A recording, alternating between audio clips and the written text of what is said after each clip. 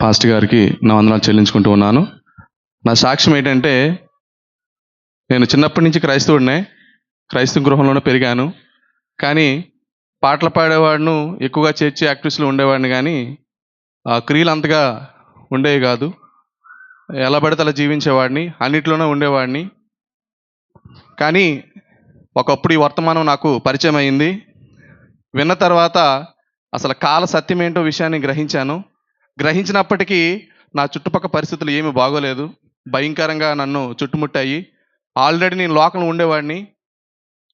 ఒక పక్క ఈ వర్తమానం నడిపించేది, ధైర్యపరిచేది, క్రమపరిచేది, మళ్ళీ బయటకు వచ్చేసరికి నేను యథస్థితిలో ఉండేవాడిని. అలాగా చాలా సంవత్సరాలు మింగేశాను నేను. అయితే దేవుడు కొన్ని విషయాల్లో నన్ను ఆయా సందర్భాల్లో కోవిడ్ వచ్చినప్పుడు కావచ్చు, లేకపోతే ముందు ఒక ఆపరేషన్ అయినప్పుడు, ఒక పెద్ద ఆపరేషన్ అయింది. చాలా భయంకరంగా నేను ఇబ్బంది పడ్డాను. అయితే ఒక విషయం ఏంటంటే, కోవిడ్ టైంలో బ్రదర్ చెప్పినట్టు నేను పూర్తిగా చనిపోయిన స్టేజ్కి వెళ్ళాను నేను.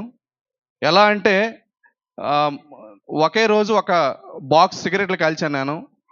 తర్వాత పూర్తిగా పబ్లో అయితే పూర్తిగా పడిపోయాను నేనైతే. అసలు ఎలా అయిపోయానంటే అలా అయిపోయాను. ఆ తర్వాత మరుసటి రోజు టేస్ట్ తెలియట్లేదు అంటే వెంటనే చెక్ చేసుకోవడం జరిగింది. కోవిడ్ పాజిటివ్ అని వచ్చింది. ఆ 2 రోజులకే నేను దగ్గుతుంటే నా నోట్లో నుంచి రక్తం వచ్చేది. ఆ రక్తం వచ్చిన విషయం అనేది నేను మా భార్యతో కానీ ఎవరితో నేను చెప్పలేదు. చాలా ఇబ్బంది పడ్డాను.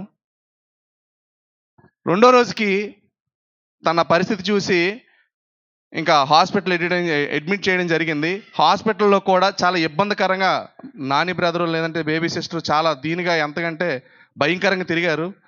ఎలా తిరిగారంటే, నాకు బెడ్ దొరకకపోతే నేను చచ్చిపోతాను అనే ఆ టైంకి నేను దిగజారిపోయాను. వీళ్ళైతే ఆశలు వదిలేశారు. ఒక పక్క మా నాని అంటూ ఉన్నాడు, అక్క భావన కిడ్నీ అమ్మేసైనా బ్రతికిద్దాం, ఏ విధంగా అయినా సరే బతికించాలి భావన అని చెప్పేసి తాపత్రయపడేవాడు.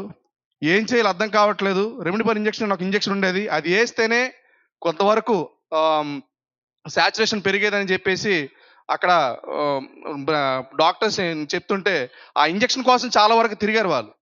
అయితే ఇన్ని చేసినప్పటికీ నేను నా బుద్ధి లేదంటే నా ఆలోచన మారేది కాదు. కానీ ఒకరోజు సహోదరులు మా ఇంటికి వచ్చారు. వచ్చినప్పుడు నేను చాలా భయంకరమైన పాపంలో ఉన్నాను, చాలా భయంకరమైన స్థితిలో ఉన్నాను. ఒక పక్కన భార్య ఏడుస్తుంది, ఒక పక్కన నేను ఏడుస్తూ ఉన్నాను. ఎందుకు అర్థం కావట్లేదు. మారు మనసు ఏంటో తెలీదు, వాక్యం అంటే ఎడుతువులు ఏమీ తెలియదు. అసలు వాస్తవానికి ఏంటంటే, బైబిల్ ఉన్న వాక్యాలని చదివేవాడును, మెసేజ్ తెలుసు, లేకపోతే అందులో ఉన్న సబ్జెక్ట్ తెలుసు, బాగానే ఉండేది. క్రైస్తవుడినే పేరుకి, కానీ నా క్రియలు మాత్రం మంచిగా ఉండేవి కాదు. కానీ దేవుడు చేసిన అద్భుతం ఏంటంటే, ఎప్పుడైతే సహోదరుడు వాక్యం చెప్పేటప్పుడు నేను ధ్యానంగా విన్నానో, ఆ ధ్యానంగా వినేటప్పుడు దేవుడు ఏదైతే నాతో మాట్లాడాడో అక్కడి నుంచి నా జీవితం సరిచేయబడింది. క్రమంగా వాస్తవానికి లోకం నన్ను లాగినప్పటికీ అసలు దానిపైన నాకు అసలు మనసే వచ్చేదే కాదు పూర్తిగా. ఇప్పుడు ఎలాంటి పరిస్థితులు ఉన్నానంటే, ఒక మందు కావచ్చు, ఒక సిగరెట్ కావచ్చు, లేకపోతే ఒక అమ్మాయి కావచ్చు, ఎవరైనా కావచ్చు, ఈరోజు అక్కడికి వెళ్ళాలి, లేకపోతే ఆ స్థితిలోకి వెళ్ళాలంటే అసలు నేను పూర్తిగా మర్చిపోయాను దాన్ని. నేను ఎలా మర్చిపోయానంటే, అది కేవలము దేవుడు నాతో మాట్లాడిన బట్టి. దేవుడు స్వయంగా నాతోటే మాట్లాడాడు ఆయన. హల్లెలూయా. ఇది చాలా పెద్ద సాక్ష్యం అండి. ఎందుకంటే చాలామంది బోధిస్తారు, చాలామంది వాక్యం చెప్తారు, చాలామంది చర్చిలకు వెళ్తారు, కానీ బయటకు వచ్చిన తర్వాత మన జీవితం వేరేగా ఉంటుంది. కానీ లోపలికి వచ్చిన జీవితం వేరేగా ఉంటుంది. ఈ రోజు నుంచి మా మిస్సెస్కి ఒక బాధ ఉండేది. నేను బయటికి వెళ్ళి వస్తే నా ఫోన్ చెక్ చేసేది ఆమె. నేను ఎన్ని పనికిమాల పనులు చేశానని చెప్పేసి మెసేజ్ చెక్ చేసేది ఆమె. కానీ ఈరోజు నా ఫోన్ చూడడమే మానేసింది ఆమె. ఎందుకంటే దేవుడు నాలో కార్యం చేశాడు కాబట్టి. ఈరోజు దేవుడు ఏంటో తెలిసింది, ఈ కాల వాక్యం ఏంటో నాకు తెలిసింది. ఈరోజు దేవుడికి భయపడుతూ నేను జీవించగలుగుతూ ఉన్నాను. అది కేవలం అది దేవుని కృపను బట్టే.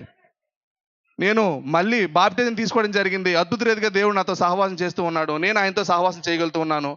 మంచి వాక్య బాటలో నడుస్తూ ఉన్నాను. దేవుడి పెద్ద సాక్షి నా వెనుకలు దీవించి ఆస్వాదించును గాక.